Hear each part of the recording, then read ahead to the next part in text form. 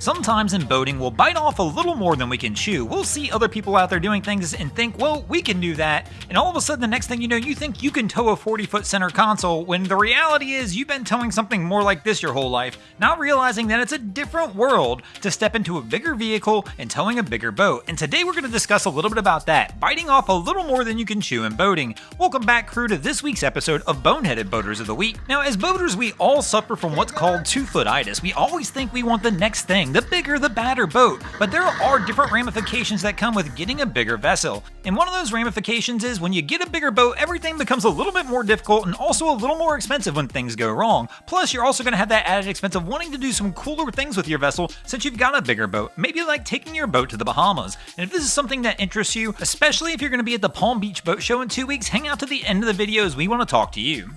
Now, of course, it's really easy to get that two-footitis. You see other people out there in other boats doing really cool things, and you think, man, I want to be that guy. I want to be out there enjoying living that life. Now, remembering that bigger boats, as we mentioned, come with bigger problems. So, for example, if you got a small boat and find yourself out on the water a lot of times by yourself, it's pretty easy to manage that, especially approaching a dock or getting things together. But when you're on a bigger boat, all of a sudden when you're the person out there by yourself and you're the one who has to get fenders and lines ready, things can go wrong quickly. Kind of like this situation here. Our captain went to get the stuff ready and actually wound up falling overboard. Now, I can attest to the difficulty on something like this, as my second boat I ever owned actually had a flybridge, and that's where the primary helm station was, making it exceptionally difficult to operate by yourself, because even if you went ahead and got fenders and lines ready before you approached the dock, once I was approaching the dock and I got the boat in position, I had to jump down a 6-foot ladder, try and get over to the dock and the lines before the boat got out of position because I had no way to control the boat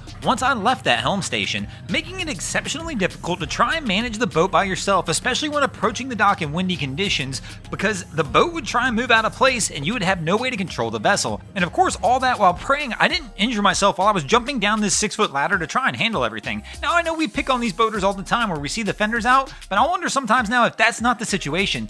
They're used to boating by themselves, so they just leave those fenders in place. Kind of a smart thing when you think about it. Now, another time we see boaters bite off a little more than they can chew, well, that's when other people are around. Sometimes when other people are around and we're out on our vessels, we'll try and do some things to impress people, not realizing that it's a little more difficult to pull some of those moves that we easily think we can pull off than it really might be on the water. You've got a lot going on. The boat's rocking, other things to take into account, so all of a sudden what you thought was a cool little move can definitely backfire pretty quickly, especially when there's another thing you haven't considered, that there's other things that live in the water that might not like you showing off so much either. Now, another time we'll see boaters get out there and bite off a little more than they can chew is getting into some conditions they're not prepared to handle. Whether it's they're not prepared or the vessel's not prepared, either one is gonna have some risks behind it. So before you just jump out there on the water, decide you're gonna enjoy yourself and have a good day, be sure to go ahead and check the weather. Make sure the conditions are ideal for you to be able to get out there, and also make sure to check your boat and make sure it's up for the types of conditions that you may wind up experiencing while you're out there on the water. And speaking of checking your boat, this is another big one where I think people bite off more than they can chew. They get out there and they go ahead and buy a boat that might be above their skill or knowledge level, and the next thing you know, you see them get out there and boating and even doing some simple tasks, they wind up messing up because they don't know the full preparation and operation of that vessel, which can lead to some pretty dramatic incidents occurring, especially if you don't know the full procedures and processes before you get going out on the water. Too many times people bite off more than they chew just thinking, hey, I've been on the water for all these years, I know what I need to do, but then they switch from an outboard motor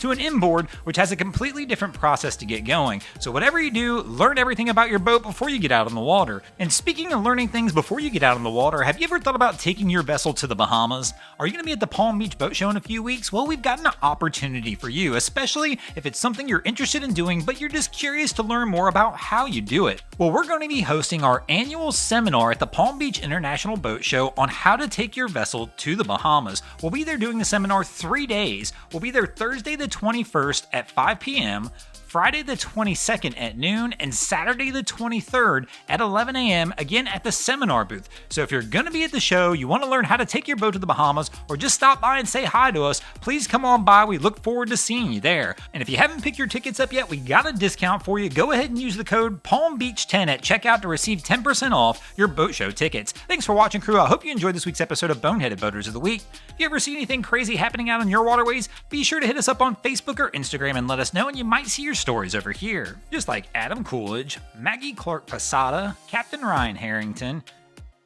Barefoot Charter, Morgan Kate Hill, and Ben K. Fetz did this week. And if you guys haven't already, go ahead and drop an anchor on the subscribe button here.